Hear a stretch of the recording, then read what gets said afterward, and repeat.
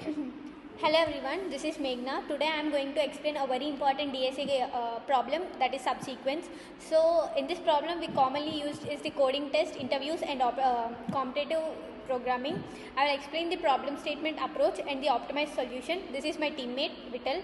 So coming to the problem statement, we are given the two strings S1 and S2. This line tells us the input where we give two strings, not numbers or arrays. So the task is to check if the S1 is subsequence of S2. This line explains our goal. We must only check whether S1 can be formed from S2. The condition here is the character must appear in the order. This means the relative order must be maintained. We cannot change the sequence of the character. Character need not be continuous. This means the character can be skipped in S2.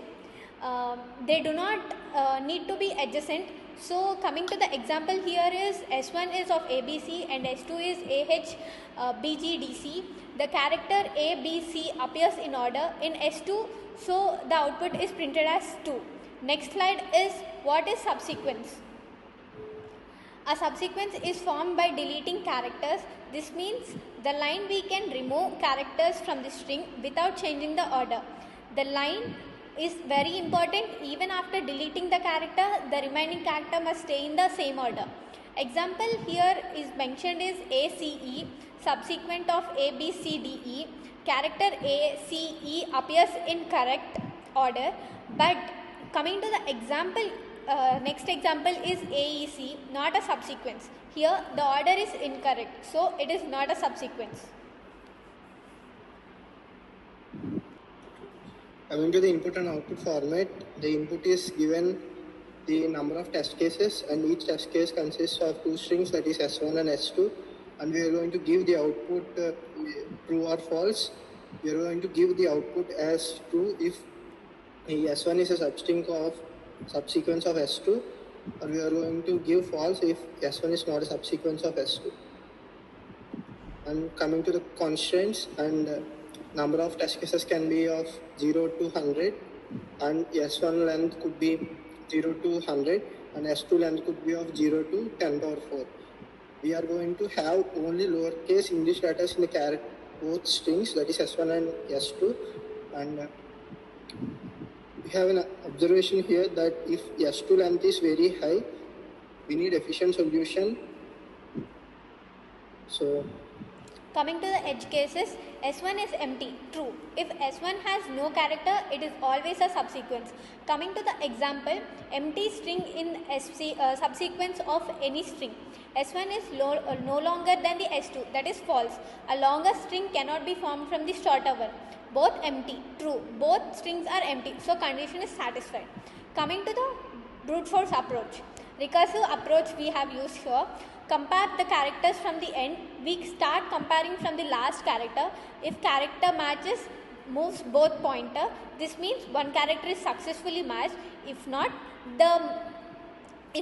move only the S2. We skip the unmatched character in the S2. Stops the condition. If S1 becomes empty, subsequence is found. If S2 becomes empty, subsequence is not possible. Here the recursive logic is that here M is the pointer on the S1 and N is the pointer on the S2. Here firstly M is initialized with the length of the S1 and N is initialized with the length of the S2. So if M is equals to 0, that is M is equals to empty, we are going to return true. And if N is equals to 0 before M becomes 0, we are going to return false. And we are going to compare the both characters at the pointers of respect to S1 and S2 strings. We are going to make the pointers move left by one if the both characters matches, else we are going to only make a move of the pointer on the S2 string. And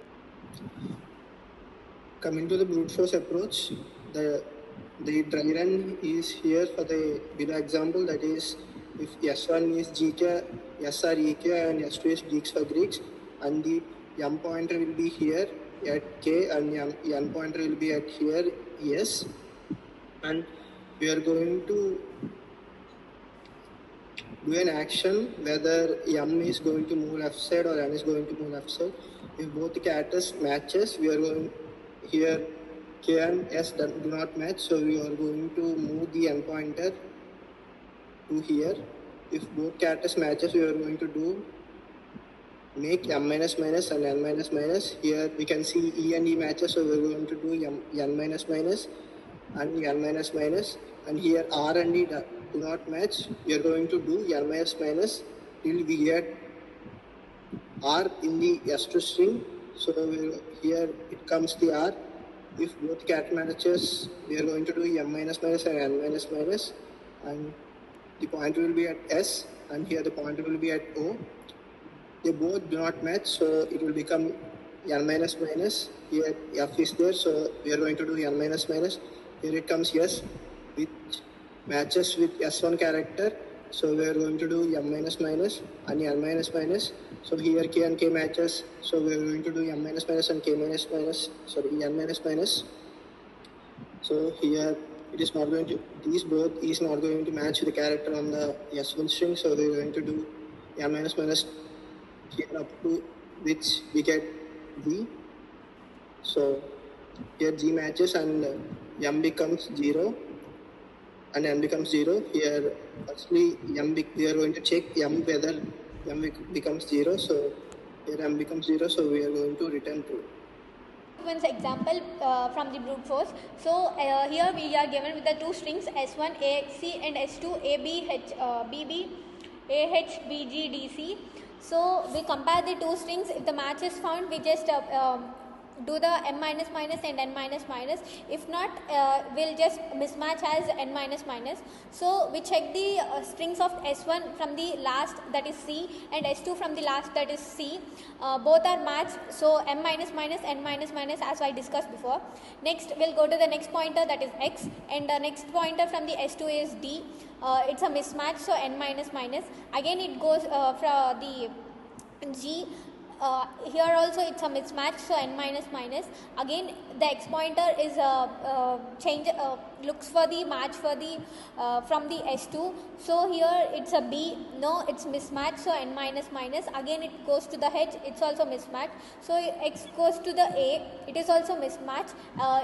Just N minus minus. So X is not present. Since X is missing, we cannot match all the characters of the S1. Even though C exists later, order is already broken.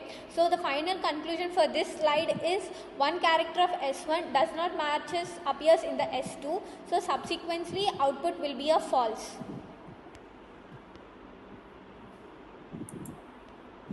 So the approach for the pseudocode is function is subsequent REC S1 S2 M and N. This function does if the check recursively whether S1 0 to M1 it checks and subsequent of S2 0 to N minus 1 it checks. If M is equals to 0, it returns as true because M means length of the S1. If M is equals to 0, there is no character left to the match. If that means all the characters are already matched, so answer is true. For the line if N is equals to true is written as false. N means the length of the S2 string. If N is equals to 0 but M not equal to 0, that means S2 ended early, so matching is impossible. So if it's not a match, it is a false statement. So the line if S1 M minus N is equals to S2 N minus N compares last string of both the strings. If they match, one character is matched successfully, reduce both the characters, reduce both strings. For the line return statement, move both pointers left, check remaining characters, else case last character doesn't match, skip the character from S2, return is subsequence REC. So this is how the pseudocode works. And coming to the complexity of the brute force approach, that is recursive approach, the time complexity will be of big of N. Here N indicates the length of the S2 string, and space complexity here is big of N, as N here also indicates the length of the S2. Here space complexity is big of N because it uses implicit stack for the recursive calls, as there are n calls here. You can see here n minus 1, n minus 1 until n becomes 0. So here there will be n calls, so the space complexity is big of n. And we need optimal approach, as we don't want a approach which uses a big of n space. So we are going to use two pointer using greedy algorithm. And here idea is we are going to use two pointers if on the S1 and J on the S2. Here goal is to match characters of S1 in order while scanning the S2 throughout the S2. Two-pointer logic, we initialize the I is equals to 0 and J is equals to 0. Start from the beginning of the both strings. While I is less than equal to length of the S1 and the J is less than length of S2, loops run until all the string finishes. If S1 of I is equals to S2 of J, current character matches, move I to the next character, J is equals to J plus 1 always. So whether match or mismatch, move in S2 always skipping characters. After loop, if I is equals to length of S1, that is a true and that is a match case. Else if it's not the character, that means the character is missing, that is written as the false statement. Coming to the greedy dry run success case, so here two strings are given. S1 is of ABC and S2 of AHBGDC. So here A matches IMOS, B matches IMOS and C matches IMOS. Let me explain how it is. So we compare with the first pointer A and A, it's a match. So we just increment the I and the increment of the J. Next the B goes to the H, it's not a match, so we just B it with the J plus plus. Next is B and B, it's a match, so I plus plus and J plus plus. C and G, so it's not a match, so J plus plus. C and D not a match, so again J plus plus. Again the last pointer of this S1 and the last pointer of the S2 as the match, C and C, so it's a match. So final step is that I reaches to the end of the S1, so output is printed as true. To the non-subsequence example, and here it is given S1 string as AXC and S2 string as AHBGDC, and here we are going to point I to the A and J to the A, which are the start of the S1 string and S2 string, and we are going to move the pointers I plus plus J plus I, both of the characters at which I and J points are matches. So we are going to, here A and A matches, so we are going to do I plus plus and J plus plus.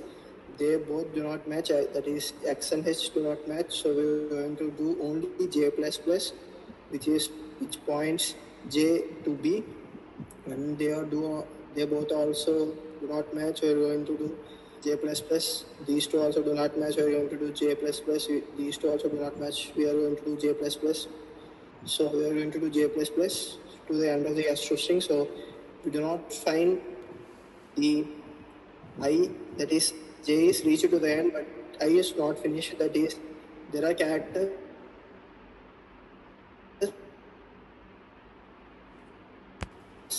in the S1 that left, those are not found in the S2, so subsequence of the S2. So coming to the pseudocode, here as said, I is pointed to 0 and J is pointed to 0, and the condition is if I length of S1 is greater than length of S2, we are going to return false, and here while the J is less than length of S2, we are going to do this here. If S of S1 of I is equals to S2 of J, we are going to do I equals to I plus plus, and if not, we are going to always do J plus plus if I reaches the end of the string, that is S1 string, which then I becomes the length of S1, we will return true. So coming to the greedy approach using two pointers approach. So the time complexity is big O of 1 where n is the length of the h2. This line explains how much the time algorithm takes. N represents the length of the second string. In the greedy two pointer approach, we start the pointer j1 at the beginning of the s2. Pointer j moves only forward, no steps at the time. Coming to the space complexity is big O of 1 because this line tells how much the extra space of the memory uses. In the two pointer method, we only use the two integer variables, that is I and j. We do not use recursive extra arrays as stacks or hash maps. So coming to the conclusion part, two pointer approach is optimal. This line states that the final verdict among all the approaches discussed, brute force approach works with uses extra spaces. Recursive method is slow for the large inputs. Two pointers method gives the best performance. Optimal means minimum time, and the optimal space is the space we used for the optimal recursion. So the maintenance order efficiency is the line highlights the core requirements of the subsequence. The algorithm always moves forward as we discussed below. So the workflow is the workflows of the large inputs is always the line connects back to the constraint slide. Since S2 can be large, recursive solutions may fail. So this is the approach for the subsequence. Thank you. Logic, we